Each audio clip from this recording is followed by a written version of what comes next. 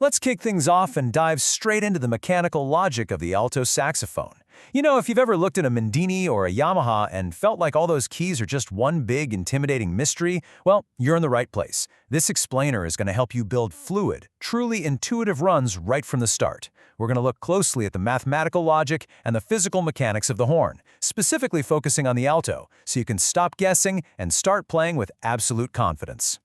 So here's our roadmap for today. We'll start with the transposing alto saxophone, move into left-hand finger mechanics, then right-hand finger mechanics, descend all the way down to low D, and finally wrap up by mastering the octave key. Let's get into it.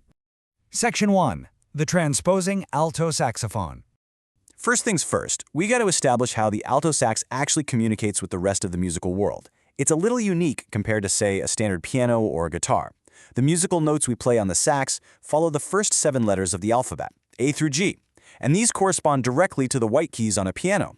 But there is a massive catch when we're talking about the alto sax. The absolute crucial point here is that the alto saxophone is a transposing instrument. What does that actually mean for you? Well, it means that when you play a D on your alto, it absolutely will not match a D on a piano or a guitar. Honestly, an alto sax playing a D doesn't even sound the same as a tenor or soprano sax playing a D. Different saxophones transpose differently. But look, for today, don't even worry about the complex music theory behind all that. Just keep in mind that the fingerings and note names we're about to learn are basically your physical alphabet on the horn. Section 2.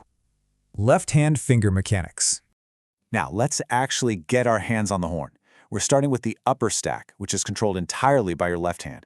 You want to place your left-hand fingers right on the keys in this default position.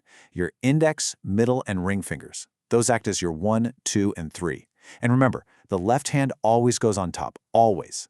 What's really fascinating here is the physical discipline required, literally right from day one.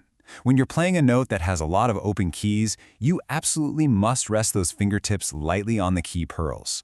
Never, and I mean never, leave those fingers just hovering or flying up in the air. Seriously, check yourself in a mirror if you have to. All the while, you need to maintain a firm yet relaxed posture. Resist that urge to bite down on the reed. You really just gotta let your air do the work. Okay, so with that perfect posture locked in, we can physically step our way down the alphabet. We start with C, using just your number 2 finger. Moving down the alphabet to B, we switch to number 1.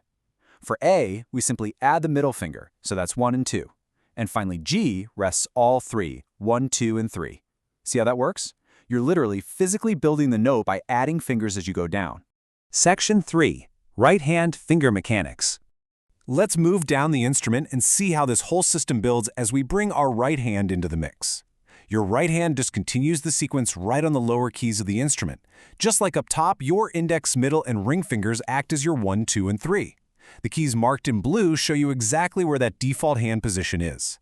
Continuing our descent down the alphabet from G, the next note is F. To play F, you just keep your left hand's 1, 2, and 3 pressed down and simply add the right index finger. Boom! That's your 1 in the right hand. Next note down, well, you guessed it, it's E.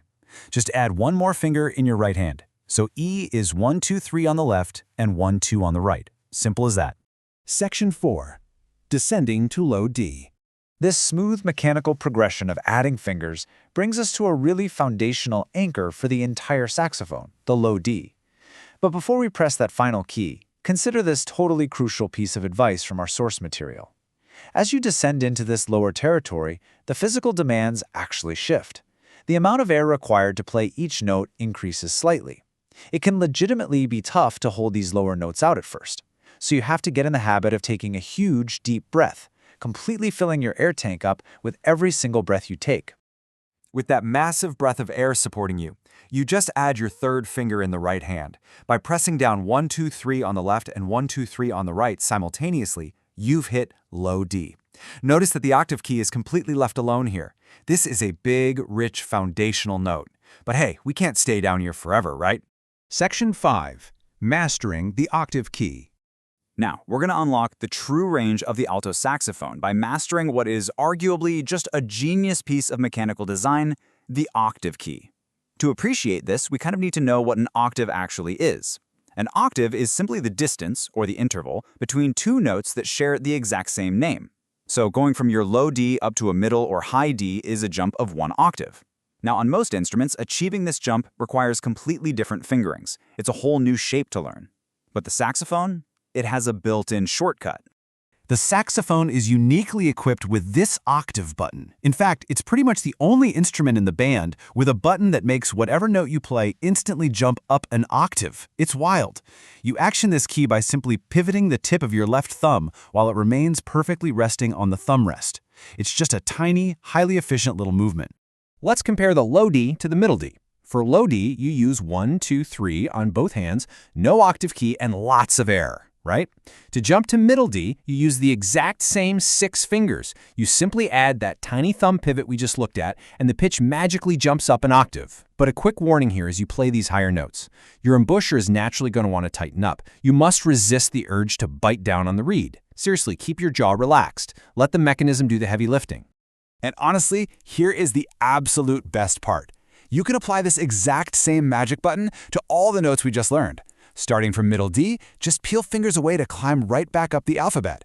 Lift your right ring finger for E, middle for F, index for G, then left hand 1 and 2 for A, and just your middle finger for high C, all while holding that octave key down.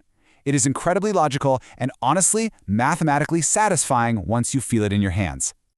Now that you truly understand the mathematical logic and physical mechanics of these fingerings, you've got a rock-solid foundation.